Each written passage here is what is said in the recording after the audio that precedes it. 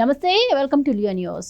ఆంధ్రప్రదేశ్లో రాజకీయాలు వాడివేడిగా నడుస్తున్నాయి. విజయసాయిరెడ్డి వర్సెస్ వైసీపీ అన్నట్టు ఉంది ఇప్పుడు అక్కడ పరిస్థితి. నిన్న విజయసాయిరెడ్డి మాట్లాడినటువంటి మాటల మీద ఈరోజు వైసీపీకి సంబంధించినటువంటి గుడివాడ అమర్నాథ్ కావచ్చు, కాకాని గోవర్ధన్ రెడ్డి కౌంటర్ ఇచ్చే ప్రయత్నం అయితే చేశారు. ఇదే వైసీపీ అధికారంలో ఉంటే నువ్వు ఇలా మాట్లాడేవాడివా విజయసాయిరెడ్డి అంటూ కూడా వాళ్ళు అంటున్నటువంటి పరిస్థితి. ఓవరాల్గా మరి విజయసాయిరెడ్డి అయితే మొత్తానికి బరెస్ట్ అయిపోయిన పరిస్థితే మనం చూసాము. దీని తర్వాత అసలు మరి వైసీపీలో పరిస్థితులు ఎలా ఉండబోతున్నాయి, విజయసాయిరెడ్డి గారు మరి ఈ వ్యాఖ్యలు చేయడాన్ని ఎలా చూడొచ్చు, ఈ విషయాలు తెలుసుకుందాం. మనతో పాటు ఉన్నారు సీనియర్ పొలిటికల్ అనలిస్ట్ అడిస్మల్లి శ్రీనివాస్ గారు. నమస్కారం సార్. నమస్కారం. సార్, ఎట్టకేలకు విజయసాయిరెడ్డి గారు కుండబద్దలు కొట్టారు. అంటే అక్కడ సమయం సందర్భం కాకపోయినా కూడా ఆయన విషయాలన్నీ ప్రస్తావించారు అంటే దాని వెనుక ఏదో ఉంటుంది అని చెప్పి కూడా అర్థం చేసుకోవాల్సిన పరిస్థితి. సో లోపల అధికారులకు చెప్పాల్సింది చెప్పారు, బయట చెప్పాల్సిన అవసరం లేదు. అండ్ ఆయన స్కామ్ గురించి కూడా, మద్యం స్కామ్ గురించి కూడా తీయడం జరిగింది, విక్రాంత్ రెడ్డి గురించి మాట్లాడడం జరిగింది. ఇంకా పిలిస్తే నేను దీనికి సంబంధించి ఇంకా వివరాలు ఇస్తానని కూడా ఆయన చెప్పడం జరిగింది. సో ఇప్పుడు విజయసాయిరెడ్డి వర్సెస్ వైసీపీ లాగా ఉంది పరిస్థితి. సో మీరేం చెప్తారు సార్ విజయసాయిరెడ్డి వ్యాఖ్యలు? విజయసాయిరెడ్డి జగన్మోహన్ రెడ్డి అదే వైసీపీ పార్టీ ఆవిర్భావ దినోత్సవం అనేది పెట్టినారు కదా నిన్న. పైగా యువత పూర్ లాంటిది ఏదో పెట్టారు. ఇంతంత లావు ఉండి బట్టతల ఇంత పొట్టలు ఉన్న వాళ్ళు యువత అంటారు అందరూ.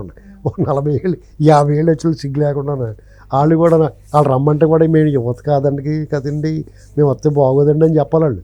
వాళ్ళు ఎందుకు చెప్తారు, డబ్బులు ఇచ్చుకుని వచ్చేసారు. సరే, సాయంత్రానికి బాంబు పేల్చాడు ఈయన. ఇది వాళ్ళు ఎక్స్పెక్ట్ చేయింది. వాళ్ళు ఏమనుకున్నారంటే ఒకవేళ పార్టీ విడిచిపెట్టి వెళ్ళిపోయినా అతను కూడా నేరస్తుడే, ఈ దొంగతనాలు, ఈ గొడవలు, ఈ అరాచకాలు, అవినీతి అంతా వీళ్ళంతా ముఠా అంతా కలిపే చేసింది కాబట్టి ముఠా రాజస్థానం ఏం బయట పెట్టలే అనుకుని ఉంటారు వాళ్ళు. కానీ తనక మాలిన ధర్మమా నన్ను 4 ఏళ్ళ నుంచి పక్కన పెట్టేసి వాళ్ళు కోటరి కింద ఉండి నన్ను తొక్కుకుంటా పైకెక్కేతను ఇతను రగిలిపోతా ఉన్నాడు, ఉడికిపోతా ఉన్నాడు లోపల. ఆ ఉడుకుమోత్తనాన్ని ఇతను తాలూకు ఇతనికి శాంతి వచనాలు చెప్పేవాళ్ళు ఇలాంటి వాళ్ళు ఎవరో కూడా అది ప్రయోగం ఫలించలేదు. ఇప్పుడు సాధారణంగా ఏం చేయడం, ఇప్పుడు జులై సినిమాలో వీటికి అమ్మాయిల్ని పువ్వుల్ని చూపించండి రా బాబు అంటారు. అంటే కొంచెం మనిషి శాంతం ఇస్తాడు, మంచి పువ్వులు అలాగే అమ్మాయిని చూస్తే పోలేరా బాబు అనుకుంటారు కదా చాలామంది. అందులో వయసు అయిపోయిన వాళ్ళకి ఎలా ఉంటుందంటే అమ్మాయి చావ తక్కువ 50 ఎక్కువ ఉంటుంది. వీళ్ళకి కొంచెం అలా చూసుకుని ఆనందపడతారు, సీ అండ్ ఎంజాయ్. అలా కూడా వీడికి ఛాన్స్ లేకుండా పోయింది. అవన్నీ బయట పెట్టేసి ఏబిఎన్ గట్ట ఇవన్నీ అలరజాలర చేసి పడేశారు ఇతనికి. ఈ దారి ఇప్పుడు ఈ ఆశ అడి ఆశ, ఈ దారి మణిపూస అన్నట్టు అయిపోయింది ఇతని పరిస్థితి. బీజేపీలోకి వెళ్దామంటేనేమో నువ్వు ఇలాగా బాత్రూముల కాడ పని చేస్తే బాగుంటుంది కానీ మా దాంట్లోకి వస్తే బాగోదేమోనే అంటున్నారు వాళ్ళు. ఆడేపు నుండి మాకు పని చేస్తే బాగుంటుంది కానీ మేము డైరెక్ట్గా తీసుకుంటే మాకు సర్టిఫికేట్ వచ్చేస్తే నువ్వు బోలని కేసుల్లో ఉన్నావు, పైగా ఈ కూటమి ప్రభుత్వం ఎన్ని కేసుల్లో నిన్ను పెట్టేస్తుందో తెలియదు, నిన్ను తీసుకుంటే అలాగ బాగోదేమోనే అంటున్నారు వాళ్ళు. టీడీపీ వాళ్ళు తీసుకుంటాకేమో ఇప్పటికే కేడర్ అంతా రభస కింద ఉంది. ఎవరిని తీసుకున్నా కానీ అది ఆడొద్దు ఈడొద్దు అంటున్నారు. జనసేన వాళ్ళు అదే పరిస్థితి. వాళ్ళు పార్టీలోకి మారిపోదామన్నా కానీ ఛాన్స్ లేకుండా పోయింది దానికి. ఒక పక్కన ఉన్న పార్టీలోనే వాళ్ళు ఇతను తింటానికి లేకుండా చేసేసారు, పైగా అతను దగ్గరతనం లేకుండా చేసేసారు. ఈ పార్టీ జగన్మోహన్ రెడ్డి అధికారంలో తీసుకురావడానికి సర్వసైన్యాధ్యక్షుడు అతను చాలా కృషి చేసాడు. అంటే వాళ్ళ కోణంలో, అతని కోణంలో చూస్తే అతనికి అన్యాయం జరిగింది. ఇక్కడ జగన్మోహన్ రెడ్డి దగ్గర నుంచి వీళ్ళందరూ కలిపి ప్రజలకు అన్యాయం చేశారు. ఇతను ఏం మాట్లాడుతున్నాడో, నాకు అన్యాయం జరిగింది, నాకు ఆత్మగౌరవం దెబ్బతిన్నది, జగన్మోహన్ రెడ్డిని పక్కన పెట్టేసి ఇంకోటి ఏమన్నా మీద పెట్టుకున్నాడో, నన్ను వాళ్ళ దగ్గర రానివ్వట్లేదు అని అతని మీద అక్కసు వెళ్ళగలుగుతున్నాడు.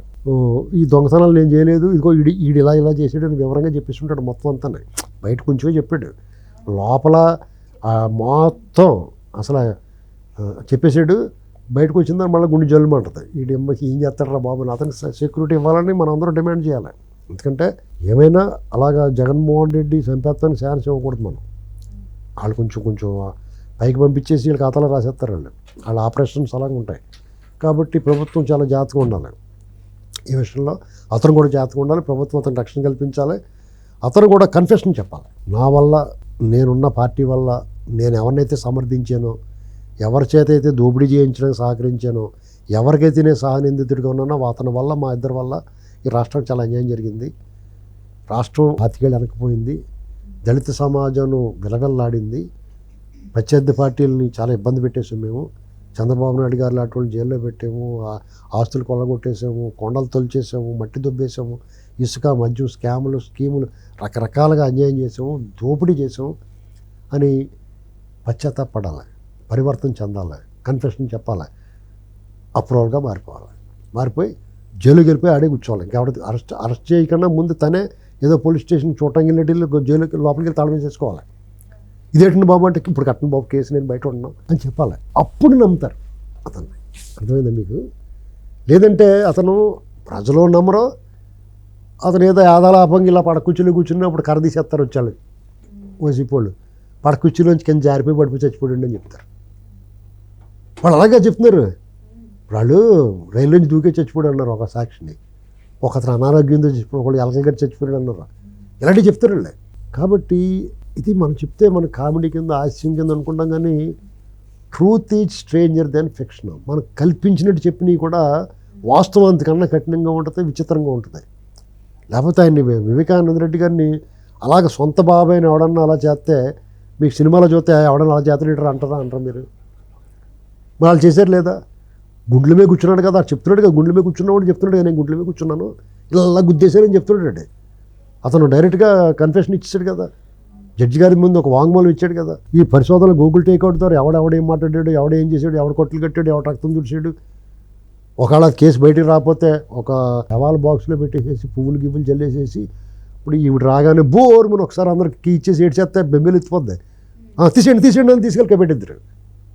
ఆ అమ్మాయికి ఏం చేశాడు, ఒకడు పిఏ కృష్ణారెడ్డి ఆడు తర్వాత మారిపోయాడు, కానీ ముందు ఆ అమ్మాయికి ఫోటోలు పంపించాడు. ఇది అనుమానంగా ఉందని వెంటనే పోస్ట్ మార్టం డిమాండ్ చేసింది.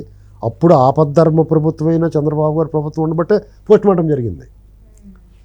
ఇమీడియట్గా దాన్ని వాళ్ళకి కొంచెం అందరూ సహకారం ఉంది అప్పుడు, పైన కింద పక్కన అందుకని జాతకాలలా చేసేసి ఆపేయారు. సిస్టమ్ ఫెయిల్యూర్ అంటే ఇది. సిస్టము వ్యవస్థ నీరుగారిపోవటం, నిర్వీర్యమవటం అంటే ప్రజాద్రోహం చేసింది సిస్టమ్ ఇక్కడ. సరే ఏం చేస్తాం, ప్రజాస్వామ్యంలో ఉన్నాం మనం, కొంతమంది సిస్టమ్ మీద ఆధారపడాలి, వ్యక్తులుగా మనం ఏం చేయలేకపోవచ్చు. అతను ఈ సర్వైవ్ అవుతాడు. ఇప్పుడు వరకు ఆ కేసులో ముందు కదలట్లేదు.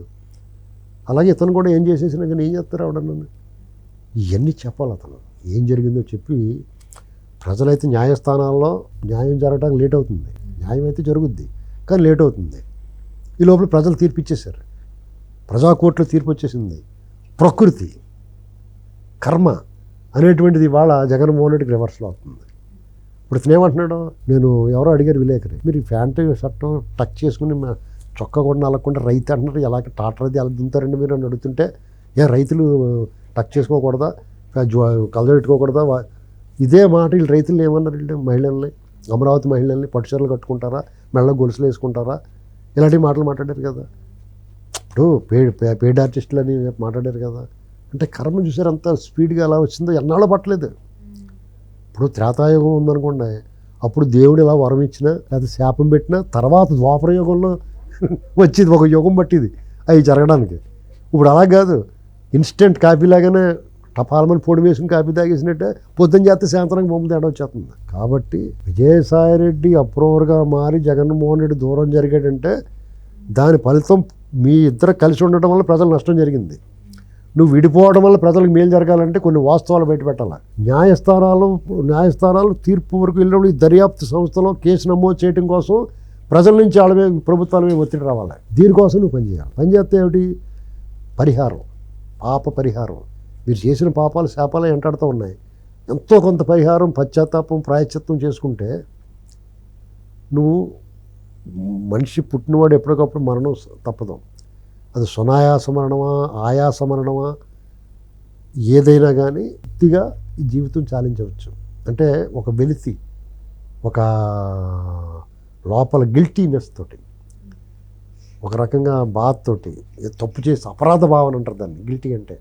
ఆ అపరాధ భావంతో తను చాలించితే సద్గతులు ఉండవు. ఒకవేళ నువ్వు నమ్మినా నమ్మకపోయినా హిందూ ధర్మంలో పుణ్యగతులు తర్వాత జన్మలో రకరకాలు ఉంటాయి.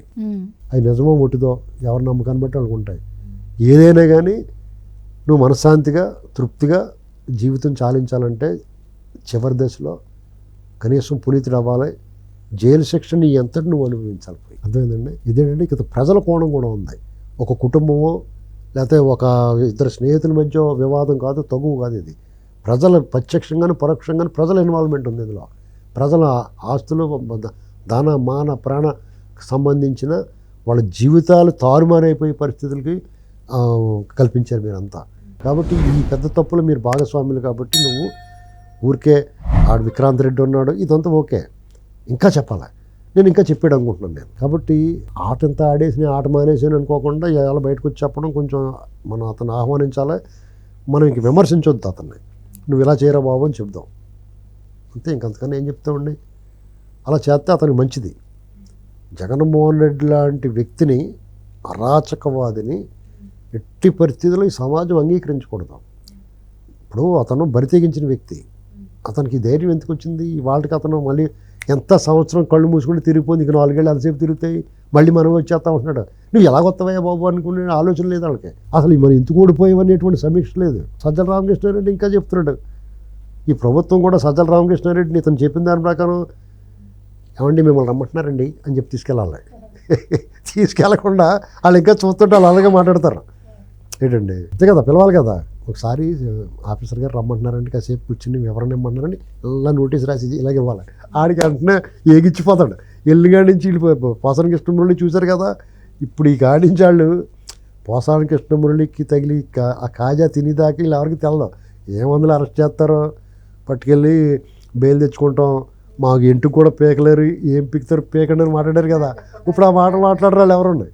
ఎందుకంటే పీటీ వారెంట్లు అనేటువంటిది చాలా వినూత్నంగా, ఇన్నోవేటివ్గా, చాలా సంచలనాత్మకంగా, మేము తలుచుకుంటే మిమ్మల్ని రెడ్ బుక్ ఓపెన్ చేయకుండానే మిమ్మల్ని మడతెట్టేస్తాం అనేటువంటి దాన్ని ఈ విషయంలో ఖచ్చితంగా పోలీస్ డిపార్ట్మెంట్ని కానీ ఈ కంప్లైంట్లు ఇచ్చేవాళ్ళని కానీ వీళ్ళు చాలా జాగ్రత్తగా కక్ష సాధిస్తూ కూడా, కక్షా రాజకీయం చేస్తూ కూడా గుణపాఠం చెప్తున్నారు వీళ్ళు. ఇది అందరూ కక్ష రాజకీయం అంటారు అనుకోండి, అది చట్ట ప్రకారమే చేస్తున్నారు కదా. దీన్ని ఎలా తీసుకోవాలి? గుణపాఠంగా తీసుకోవాలి. ఈ గుణపాఠాన్ని బాగా చెప్తున్నారు, బాగా అర్థమయ్యేలా చెప్తున్నారు. ఎవడైతే అనుభవిస్తున్నాడో వాడికే కాకుండా ఎవడైతే లైన్లో ఉన్నారో వాళ్ళకు కూడా అర్థమయ్యేలా చెప్తున్నారు. కాబట్టి ఏమైనా కానీ ఆంధ్రప్రదేశ్లో జనరంజకమైన పరిపాలన అవుతుంది. మొన్న ఈ మధ్య వీళ్ళు మంత్రివర్గ సమావేశం పెట్టుకున్నారు కూటమి ప్రభుత్వం. విక్రమ్ సినిమా చూసారు మీరు? అందులో కమల్ హాసన్ అంటాడు ఇక మొదలెడదామా అని. అలాగా వీళ్ళందరూ అనుకుంటుంటారు, మన్నాడి నుంచి మొదలెట్టారు వీళ్ళందరికీ. కాబట్టి ఇది ఇంకా అలా కొనసాగి రామ్ గోపాల్ వర్మ, రోజా గారు, ఇలాగ ఈ వరుసలో పెద్దిరెడ్డి, అంటే చిన్న చిన్న చేపలు, బెత్తులు, చిన్న చిన్న పెత్త పెరుగులు, ఇవన్నీ రొయ్యలు, బుల్ రొయ్యలు, ఇవన్నీ చిన్న చిన్న పీతలు అన్నమాట. ఇవన్నీ పోసాని కృష్ణమురళి ఇలాంటి వాళ్ళు. కొంచెం పెద్ద చేపలు, పులస చేపలు, బొచ్చు చేపలు, ఇవన్నీ రకరకాల చేపలు ఉంటాయి కదా. పెద్ద పెద్ద తిమింగలం దాకా వెళ్ళేదాకా అంచెలంచెలుగా స్టెప్ బై స్టెప్ తీసుకెళ్తూ ఉండాలి వీళ్ళందరినీ. ఆఖరికి రాష్ట్ర పక్షిలాగా రాష్ట్ర పిశాచిని ఒక ఆవిడ ఉంది, ఆవిడని కూడా తీసుకెళ్ళిపోవాలి. అప్పుడు సంపూర్ణంగా ప్రజలందరూ కూడా హోళీ ఆ సమీపంలో, ఆ దగ్గరలో ఏ పండుగ ఉంటే ఆ పండుగని డబల్ ధమాకా కింద చేసుకోవాలి. Thank you sir. నమస్కారం. Please subscribe to Leo News for more videos.